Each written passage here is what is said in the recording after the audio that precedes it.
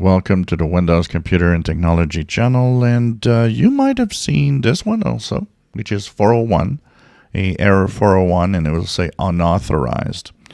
Now, you might wonder, well, you talk about forbidden. What's the difference between forbidden and unauthorized? Forbidden is you just don't have access. You shouldn't be here.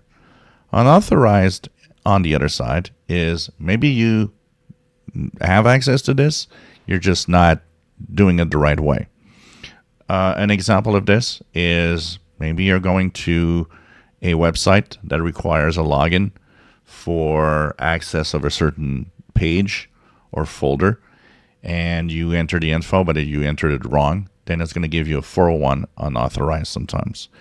Most websites will tell you, well, the password's wrong, but there are websites that don't have that way of actually dealing with telling you in the correct way what's wrong. It's just going to say unauthorized. You don't have access to this. You don't have the credentials for it. The difference with forbidden is you should never be seeing the forbidden. The unauthorized is you're not allowed there because maybe you shouldn't be here because that is not for you, but it could be for you if you have the right information or the right way to access. Sometimes it could be your web browser has a login key or a login authorization of some sort. You get to this page, works fine.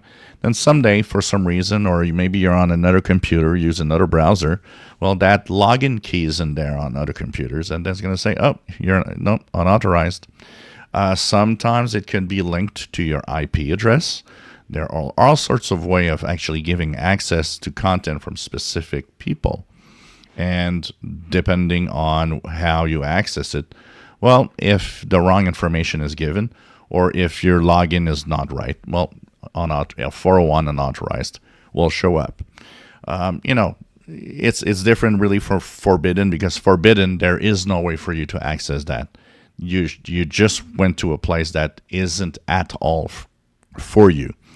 401, you went to a place that, well, you need to have the proper login information or way of connecting to access it. So that access can be granted, but maybe it's a paid subscription. Maybe it's, a website that gives this authorizations for specific people only. It all depends, but it is content that some people can see, but you need to know how to access it either by, like I said, a username, a password, a proper login identification of some sort, and so on. So 401 unauthorized. You just need the proper password or way to log in. If you enjoy my videos, please subscribe, give us a thumbs up. Thank you for watching.